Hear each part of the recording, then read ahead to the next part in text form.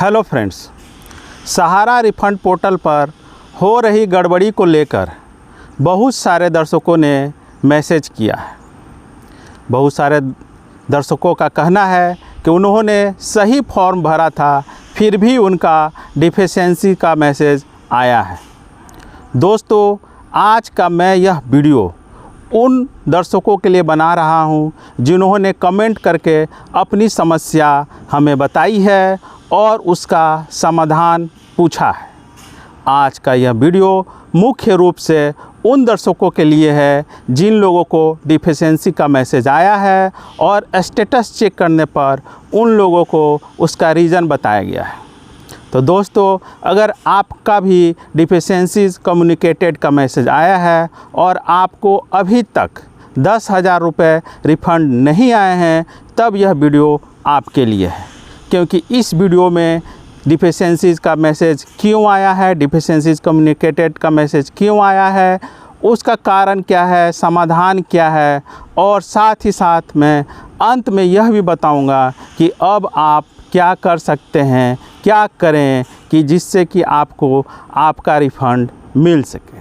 तो दोस्तों, इस वीडियो के अंत तक बने रहिएगा। साथ ही साथ अगर आप लोगों ने हमारे चैनल को सब्सक्राइब नहीं किया है तो प्लीज़ सब्सक्राइब कर लीजिए, क्योंकि इस तरह के इन्फॉर्मेटिव वीडियोस आपको सिर्फ इसी चैनल पर मिलते हैं। तो आइए दोस्तों, शुरू करते हैं आज का यह वीडियो। हमारे एक दर्शक का मैसेज आया है, मेरा डिफिशिएंसीज कम्युनिकेटेड मैसेज आया है, की करेंगे। एक दूसरे दर्शक का मैसेज आया है कि मेरा डिफिशिएंसीज कम्युनिकेटेड का मैसेज आया है।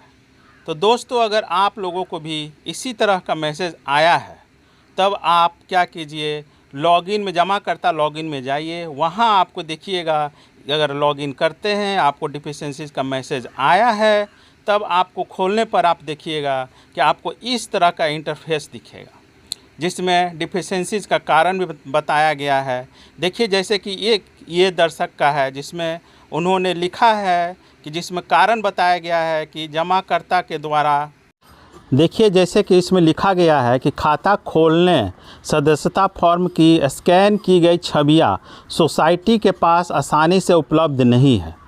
दूसरे कॉलम में दिया गया है, खाता खोलने सदस्यता फॉर्म की स्कैन की गई छवियां सोसाइटी के पास आसानी से उपलब्ध नहीं है।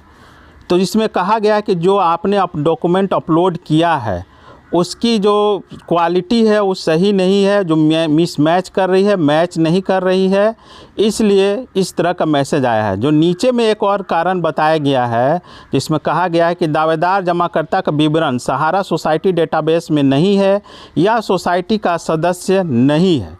दूसरा कारण एक दिया गया है जिसमें कहा गया है कि जमाकर्ता द्वारा समिति में एक से अधिक सदस्यता ली गई है, अतः केवल प्रथम सदस्यता से संबंधित दावे ही संसाधित किए जाएंगे। तो इसका तो क्या मतलब है, जिसमें पहला में जो बताया गया है कि दावेदार जमाकर्ता का विवरण सहारा सोसाइटी डेटाबेस में नहीं है, इसमें यह कहा गया है कि आपने जो भी जमा किया है आपको हार्ड कॉपी मिला है, सॉफ्ट कॉपी नहीं मिला है।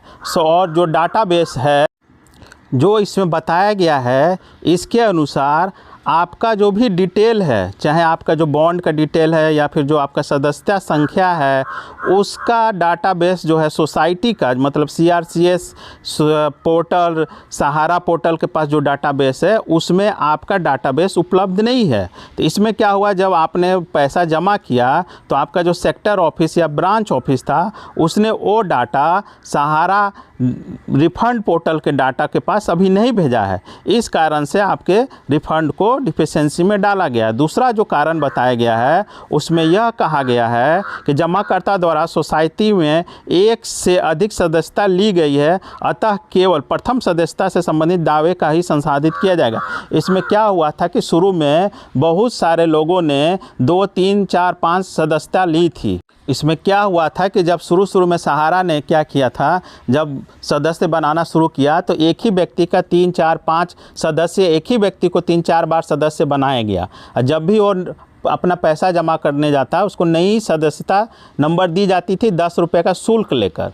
तब इसमें इस पोर्टल के में जो बताया गया है डिफिशेंसी का कारण कि आपने जो पहली सदस्यता जो ली थी सिर्फ उसके क्लेम को ही एक्सेप्ट किया जाएगा। उसके बाद वाले जितने भी सदस्यता है, चाहे आप 2 बार सदस्य बने, 3 बार, 4 बार, 5 बार, उन सब में किसी को नहीं एक्सेप्ट किया जाएगा। सिर्फ आपकी जो प्रथम सदस्यता थी उससे संबंधित जो भी क्लेम होगा सिर्फ उसी को इस पोर्टल के माध्यम से उसका पेमेंट किया जाएगा। तो जिन लोगों का डिफिशिएंसी कम्युनिकेटेड में इस तरह का मैसेज आया है तो उससे यही है कि अगर आप 3-4 सोसाइटी के मेंबर या फिर एक ही सोसाइटी में 3-4 सदस्यता आपके पास है तो आपको सिर्फ पहली सदस्यता का ही रिफंड आपको दिया जाएगा।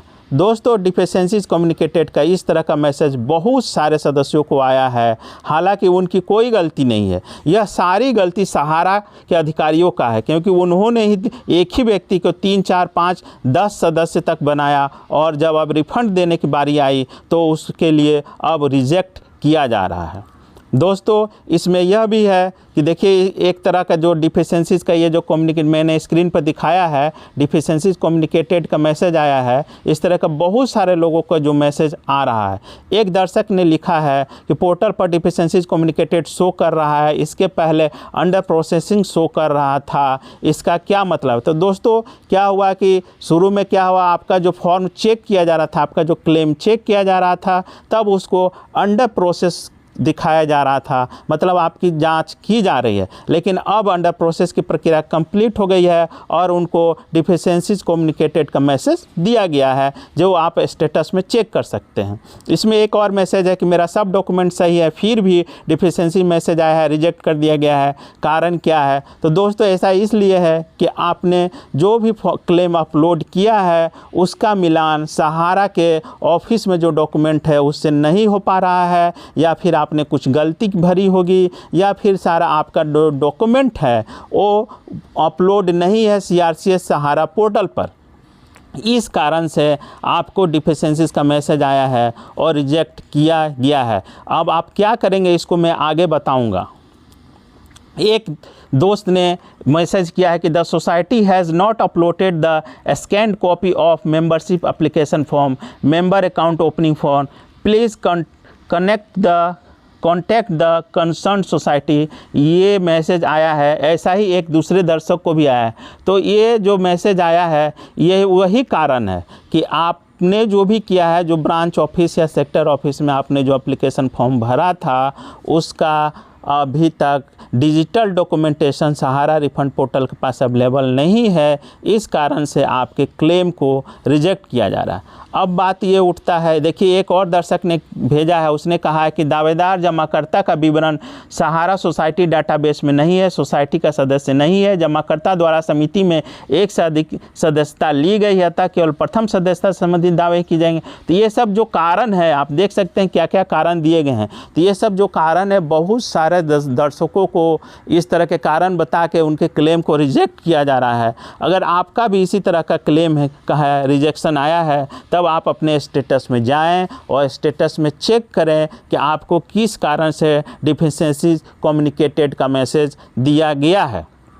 कुछ लोगों का है कि जमाकर्ता द्वारा प्रदान किया गया विवरण सोसाइटी डाटाबेस में नहीं है, जैसा कि मैंने पहले बताया कि क्योंकि बहुत सारा जो ब्रांच था, सहारा का ब्रांच ऑफिस था, सेक्टर ऑफिस था, उन्होंने अपना डाटा को अपडेट किया ही नहीं है।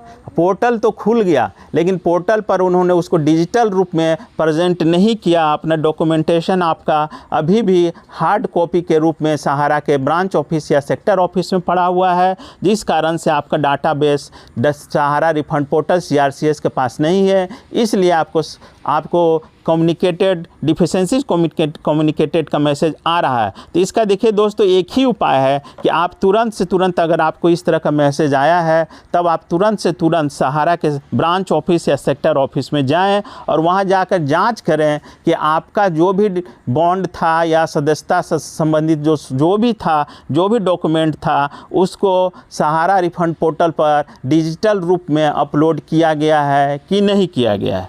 इससे आपको पता चल जाएगा कि आपका समस्या का क्या निवारण हो सकता है। तो कोशिश कीजिए कि आप लोग सहारा के ऑफिस में जाएं, चाहे वो सेक्टर ऑफिस हो या फिर ब्रांच ऑफिस हो, वहाँ पर जाके आप जांच कर सकते हैं कि आपके रिकॉर्ड को डिजिटल रूप में सहारा रिफंड पोर्टल में डाला गया है या नहीं डाला गया है। अगर पोर्टल पर अपलोड नहीं किया गया है तब आप 2 बार 3 बार कितना बार वही क्लेम करेंगे, आपको रिफ़ंड नहीं मिलेगा। तो आप जल्द से जल्द जाकर सहारा के सेक्टर ऑफिस में जाएं, वहां आपको सारी जानकारी मिल जाएगी। बहुत सारे दोस्तों ने कहा है कि इससे संबंधित टोल फ्री नंबर दिया जाए।